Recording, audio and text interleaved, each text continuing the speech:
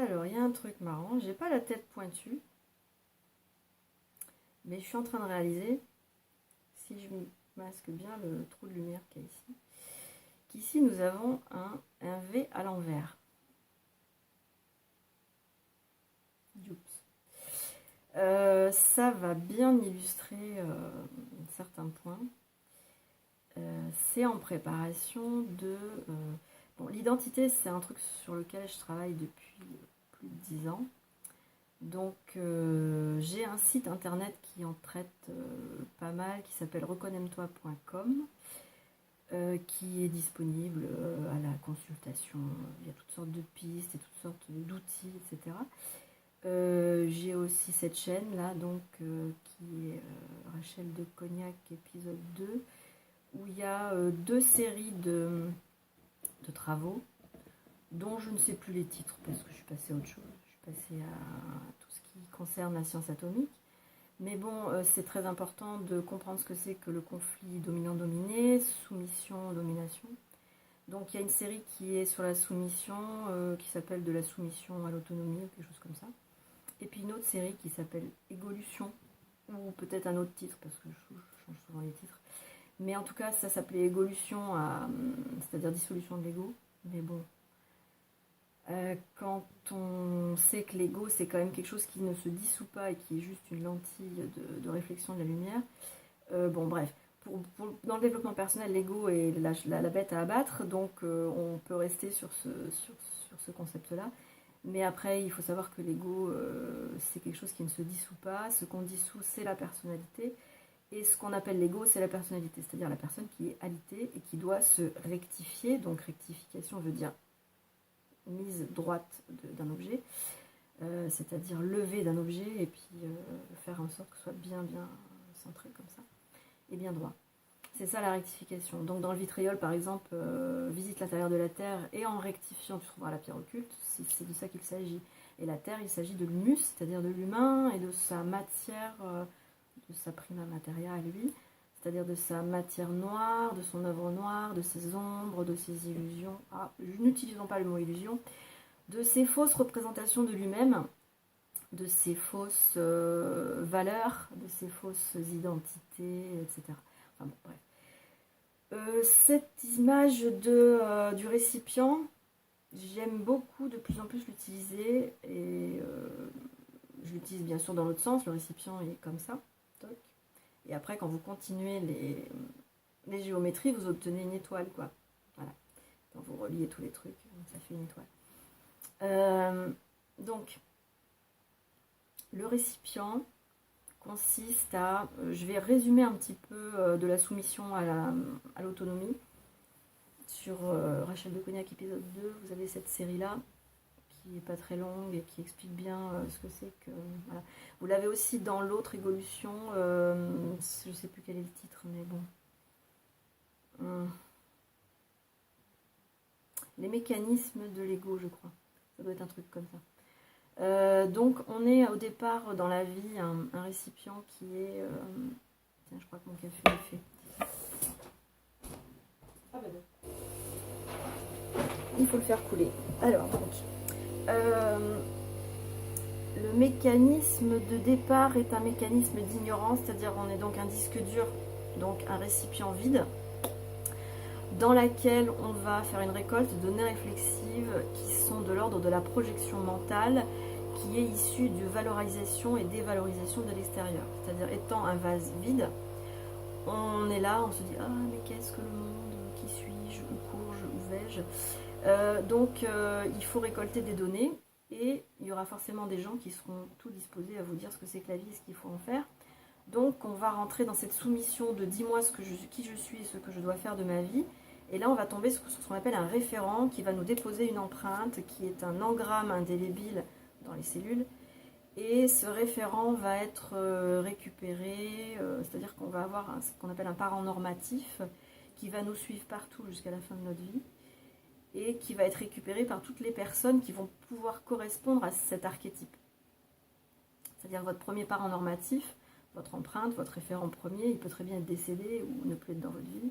Il y aura toujours des gens pour le remplacer, pour vous dire quoi faire de votre psyché. quoi faire de votre vie, quoi penser, quoi dire, etc. Il y aura toujours des volontaires pour ça. Ça s'appelle la gouroutisation. Voilà. Donc ça, on le récolte, on le récolte, on le récolte, et ça nous fait, grâce aux neurones miroirs, des réflexions, des oppositions, en général négatives, parce qu'on a plus de dévalorisation que de valorisation dans la vie. C'est comme ça, je ne sais pas si vous avez remarqué. On a plus de blessures, de rejet, abandon, donc c'est le signe que nous sommes dévalorisés, que nous ne sommes pas à la hauteur de quelque chose, parce que nous ne sommes pas qui nous sommes. Donc ce problème d'identité est au cœur de toutes les souffrances de l'humanité, et ne se résout que lorsque la récolte de données réflexives dans le Graal a été complétée. C'est-à-dire que le Graal, c'est un récipient, comme ça. Il y a une petite ligne ici, qui fait qu'au bout d'un moment, quand c'est bien rempli, ça déborde pas, mais il y a comme un truc qui est convexe, comme ça. Et vous vous dites, mais comment ça fait pour tenir? Pourtant, c'est comme ça, quoi. Vous vous dites souvent, mais comment je fais pour supporter tout ça et pas craquer? Comment je pète pas les plombs? C'est pas possible. C'est quand que ça s'arrête la merde, hein? Voilà. C'est pour ça qu'il y en a beaucoup qui disent, moi je ne veux plus revenir sur cette terre, cette matrice, c'est de la merde, je n'en veux plus, etc. Bon, on reviendra là-dessus. C'est pas très grave. Donc cette gravité aussi, il faudra en parler. Donc quand il y a cette espèce de convection sur le bord du récipient, on est à la limite de burn-out ou de ras le cul, enfin bon, de tout ce qu'on a quand on en a vraiment marre, et que quand on dit la coupe déborde, ou en tout cas elle est proche de déborder. Donc quand on en est là, on peut avoir la réflexion de se dire oui, je ne suis pas de ce monde, j'ai rien à voir avec ça, c'est trop la merde. Moi, je suis quelqu'un de trop gentil, voilà, Calimero, voilà. Donc, je voudrais bien me casser, je voudrais bien être dans un autre monde, je voudrais bien que le monde soit meilleur, je voudrais sortir de cette matrice et je veux surtout pas me réincarner là-dedans. Voilà. Alors, tant qu'on est là, c'est ni bien ni mal de dire ça. C'est ni chaud ni froid. C'est plutôt très chaud, évidemment, parce que c'est pas du tout de la zénitude, de la paix de l'esprit. C'est beaucoup d'échauffement. Quand on vous en avez marre comme ça, vous êtes chaud, bouillant, quoi. C'est près de cocotte minute, quoi. Voilà. C'est-à-dire qu'il y a vraiment une pression de chaleur qui est extrême et qui est proche de l'explosion. Donc, c'est très chaud. Mais malgré tout, c'est pas forcément négatif que ce soit très chaud, parce que sans que ça explose pour autant, il peut y avoir néanmoins une petite goutte d'eau. Enfin, c'est pas qu'il peut, c'est qu'à un moment donné, il y a cette goutte d'eau, quoi. Voilà. Donc, ne vous découragez pas. La merde, un jour, c'est pas que ça s'arrête. La merde, elle s'arrête pas. C'est juste qu'au bout d'un moment, enfin, tant que ça se remplit, et jusqu'à ce que ça fasse ça, là, cette convection, là, vous êtes dans une souffrance pour supporter des choses qui sont insupportables. Et quand vous êtes comme ça, du coup, vous êtes dans ce qu'on appelle la volonté subjective. C'est-à-dire que vous voudriez que ça aille mieux. Parce que vous en avez ras le cul que ça aille pas bien, quoi. Et cette volonté subjective, elle vous emmène dans un chemin qui s'appelle la réactivité. Il y a un autre chemin qui est celui de la créativité. Mais tant qu'on est dans cette convection de l'énergie qui est en nous, on est dans le chemin de la réactivité. C'est-à-dire, je voudrais que ce soit mieux, je voudrais être plus heureux, je voudrais pas que ce soit comme ça. On refuse le réel, en fait. On refuse ce qui est. Et puis, quand il y a cette convection, il arrive un moment, je vous promets, il arrive un moment où il y a le petit événement insignifiant que dalle. La petite goutte d'eau. Et le machin, la convection, elle fait ça. Ça s'appelle la masse critique en société, en sociologie, et ça s'appelle aussi le point de saturation en sciences supramentales et aussi en photographie, le point de saturation. Donc ça fait que là, le trop-plein, il déborde, et c'est là qu'on rentre dans l'œuvre au noir, c'est-à-dire en alchimie, de découvrir, de réaliser tous les points d'inutilité de nos valeurs, de nos croyances et de toutes les choses qui sont importantes pour nous. C'est là, c'est ce qui s'appelle dans l'initiation solaire, le fait de mettre le regard, l'observation sur le désengage de ce qui est important pour nous. C'est ça qui crée la souffrance, parce que ce qui est important pour nous est dézingué, et c'est des points de détail qui sont révélés dans l'événementiel qui est de la merde. On est face à ça.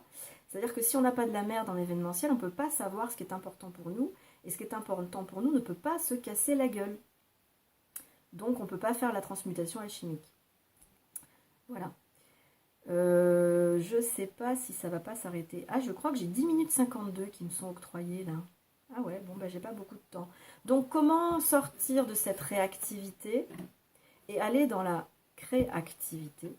Ça va être, c'est pas quelque chose qu'on va décider. La seule chose qu'on peut décider, ça n'arrête pas de s'arrêter le truc d'enregistrement. Je me demande ce que va donner cet enregistrement. Ça va être très très très chaotique. Bon, bref, on verra bien. Ah non, mais j'ai dépassé le temps, donc je vais continuer à parler. On sait jamais, ça peut, sur un malentendu, on sait jamais, ça peut passer. Hein, Jean-Claude. Voilà. Donc, comment sortir